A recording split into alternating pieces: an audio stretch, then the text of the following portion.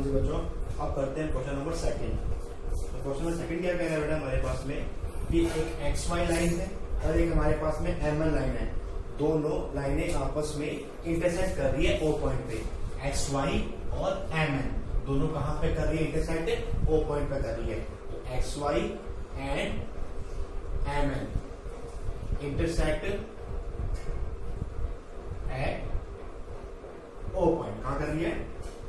O point पे कर रही है। And angle P O Y, angle P O Y equals to 90 degree. मतलब पी ओ वाई ये एंगल कितना है? 90 का। जब भी आपको बेटा ऐसा साइन दिखे इसका मतलब कितना एंगल है? ये 90 का एंगल है। ओके, तो पी ओ वाई क्या है? 90 का एंगल है, इसीलिए ये एंगल क्या एकदम स्ट्रेट है, मतलब एकदम सीधी लाइन है। ठीक है, तो जो सीधी लाइन होती है किसकी होती है? 90 की होती है। तो आपके पास में आपको एंगल पी ओ वाई कितना दिया है? 90 दिया हुआ है। और आपको क्या दिया हुआ है कि एक्स वाई और एम एन दोनों क्या है? ओ पॉइंट पे क्या कर रही है? दूसरे को इंटरसेक्ट कर रही है। ठीक है, साथ में हमें क्या दिया बेटा? हमें दिया हुआ है ए रेशियो बी। कितना दिया हमें? 2:3। कितना दिया हमें? 2:3। देन फाइंड, क्या फाइंड करना है हमें? सी फाइंड करना है। ठीक है, अब बात समझ में आई? क्वेश्चन में क्या दिया हमें कि एक्स वाई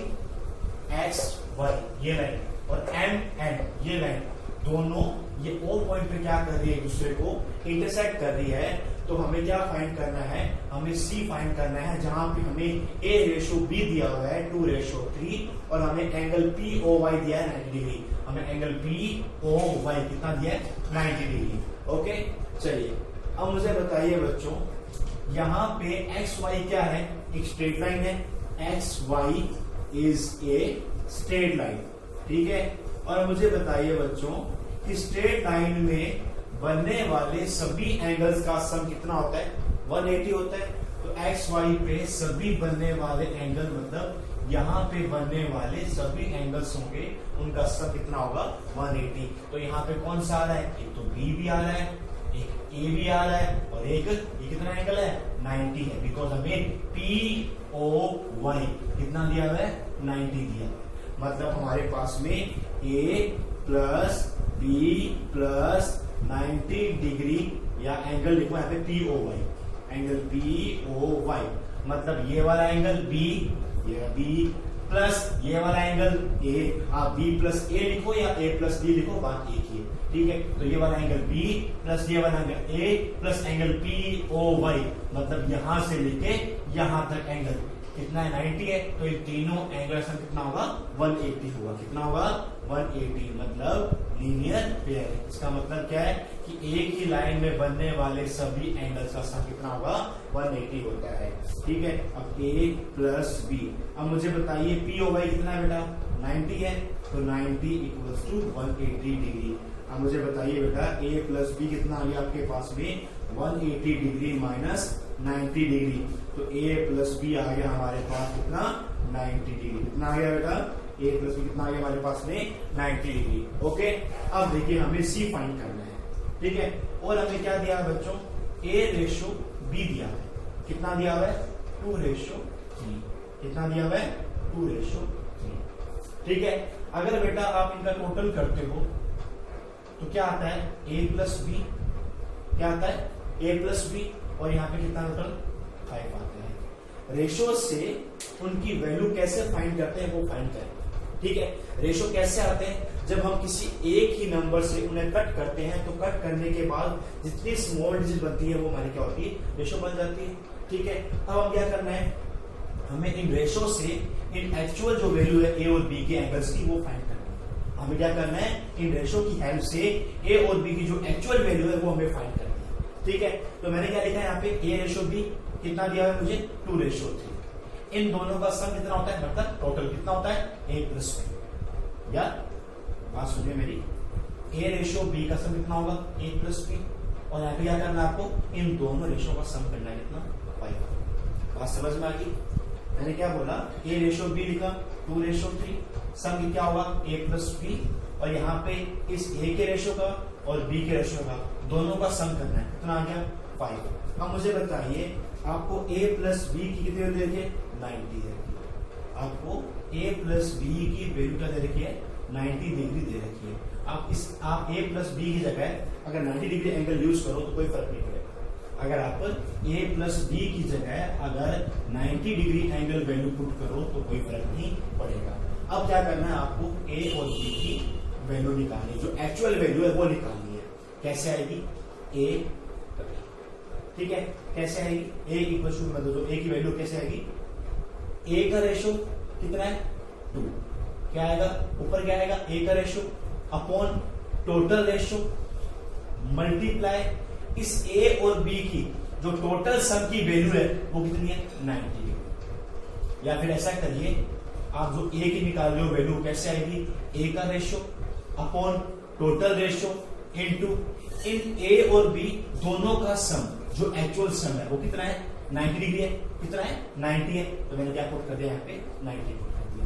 कितना आएगा 5 बन जा 5, यहां से आ जाएगा 5 बन जा 5 4 0 तो 5 8 जा 40, तो क्या आ गया 2 18 जा 36 डिग्री।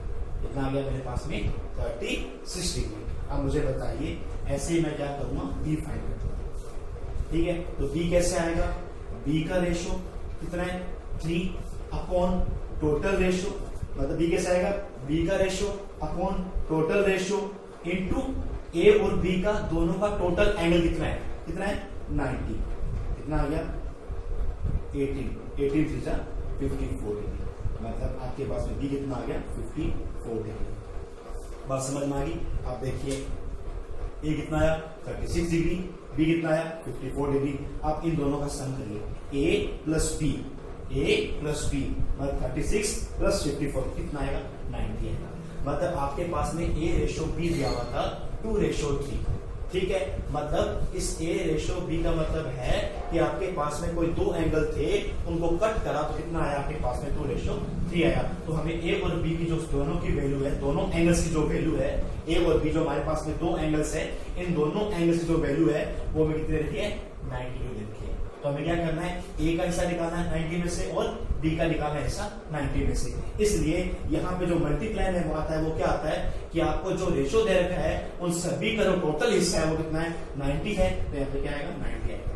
ये 90 कैसे है यहाँ पे कि आपके पास में जो a और b जो रेशो थे, यहाँ पे आपने जो टोटल रेशो लिखा है, यहाँ पे आपने जो टोटल रेशो लिखा है उसका लिखा आपने a और b का टोटल रेशो लिखा है आपने, यहाँ पे क्या आएगा a और b जो टोटल एंगल की वैल्यू है वो यहाँ पे है। तो अपॉन में क्या आएगा टोटल रेशो और यहाँ पे क्या आएगा टोटल एंगल। मतलब कैसे निकालेंगे b का ratio upon total ratio multiply a और b का टोटल एंगल। अपॉन में क्या आता है a और b का टोटल रेशो और यहाँ क्या आता है a और b का टोटल एंगल। तो a और b का टोटल एंगल कितना हमारे पास में 90 डिग्री है। तो ऐसे निकालते हैं हम a और b की वैल्यू, मतलब रेशो की वैल्यू हम फाइंड कर लेते हैं। तो हमारे पास a कितना आ गया 36 डिग्री, b कितना आ गया 54 डिग्री। हमें फाइंड करना है बेटा क्या c। अब मुझे बताइए mn क्या है, एक स्ट्रेट लाइन है। mn क्या आपके पास में एक स्ट्रेट लाइन है, तो mn is a straight line है, ओके। तो मुझे बताइए इस लाइन में बनने वाले सभी एंगल्स का सम कितना होगा 180, ठीक है। तो देखिए बेटा mn पे एक तो बन रहा है एंगल b, एक बन रहा है एंगल c, मतलब b प्लस c कितना होगा 180 डिग्री। और आपके पास में b की वैल्यू पता है आपको, b की वैल्यू कितनी पता है 54 डिग्री। तो 54 डिग्री b की value plus c equals to 180। तो यहाँ से आपके पास में c कितना आ जाएगा 180 माइनस 54 डिग्री, कितना आएगा 10 में से 4 गया 6, 7 में 5 गया 2 और 126 डिग्री। c कितना आ गया 126 डिग्री। समझ में आया। तो क्या करा सबसे पहले मैंने a रेशो जो b है वो मुझे फाइंड करना है, मुझे c की वैल्यू फाइंड करनी है। उसके लिए क्या करना है, मुझे a और b की जो एक्चुअल एंगल की वैल्यू वो मुझे फाइंड करनी है। और मुझे क्या दिया हुआ था a रेशो b दिया हुआ था 2:3। तो मैंने क्या करा, उन रेशो की हेल्प से मैंने क्या करा, उनकी जो a और b जो एक्चुअल एंगल की वैल्यू है वो मैंने फाइंड करी। मैंने a फाइंड किया 36, मैंने b फाइंड किया 54 डिग्री। तो मैंने क्या करा, रेशो की वैल्यू से मैंने एक्चुअल वैल्यू इनकी फाइंड करी, ठीक है। तो रेशो से एक्चुअल वैल्यू फाइंड करेंगे, आपको क्या करना होगा, आपको a और b का जो दोनों एंगल्स का सम है वो फाइंड करना होगा। तो मैंने कितना फाइंड करा, a प्लस b कितना फाइंड किया हमने 90, ठीक है। अब बात करो बेटा, ये मत भूलना कैसे फाइंड करते हैं रेशो, मतलब a का रेशो हमने फाइंड कैसे, जो हमने a की जो एक्चुअल वैल्यू उन्होंने कैसे फाइंड की थी, मतलब एक्चुअल वैल्यू जो है, मतलब एक एंगल की जो एक्चुअल वैल्यू उन्होंने कैसे फाइंड की थी, ऊपर क्या आएगा ए का रेशो, अपॉन में क्या आएगा ए और बी का टोटल रेशो, मल्टीप्लाई में क्या आएगा ए और बी का टोटल एंगल की वैल्यू। ठीक है, इस तरीके से आपको क्वेश्चन फाइंड करना है।